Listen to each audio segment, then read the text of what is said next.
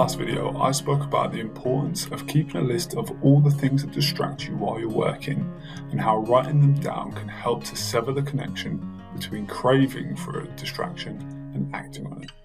While distractions are inevitable no matter where we are working or how focused we might feel, there are steps you can take to make it more inconvenient to be distracted by the things that often stop you from doing your work.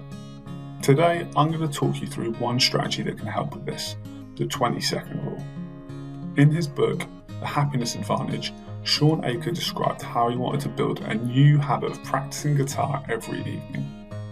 After finding this difficult, Achor found that the 20 seconds it took to take his guitar out of the cupboard was a big enough barrier to make him not want to practice.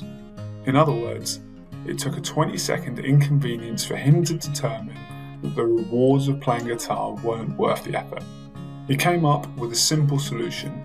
He would remove the barrier by keeping his guitar in his living room, within immediate reach, and 21 days later, Achor had practiced without missing a single day. He created a path of least resistance to his desired behaviour, so it took less effort to pick up the guitar and practice. This is how the idea of the 20-second rule was created. The 20-second rule can be used in a number of ways, including making or breaking habits, but it can also be used to help limit distractions that cause us to procrastinate while we're studying or working. By putting a barrier in the way of the distraction, we can make it harder to want to act on, and therefore less likely to distract us from our work. The key point to this concept is that you can take anything that you want to do less often and increase the friction required to start doing it, so that it takes 20 seconds or more to start doing. This 20 seconds is more illustrative than anything, so if something takes slightly more or less than 20 seconds, that's fine. But the basic idea here is you want to set up your environment so that it's more inconvenient to act on your distractions.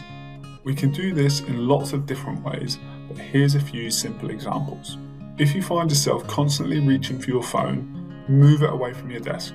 Put it in a bag or a drawer, or maybe even turn it off while you're working. If you're regularly distracted by emails that pop up, close your email browser or switch it to Do Not Disturb, so that you're not tempted to read or reply to any messages that you receive. If you find yourself searching the internet for things unrelated to your work, close any irrelevant tabs, try installing a temporary website blocker, or even disconnect from the internet if you can work without it. Any of these steps will make it harder to become distracted, so it's less inconvenient to start doing your work.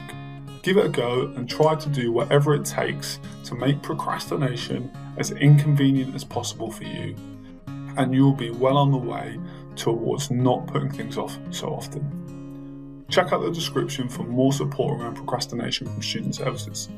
Thanks for watching, and see you soon.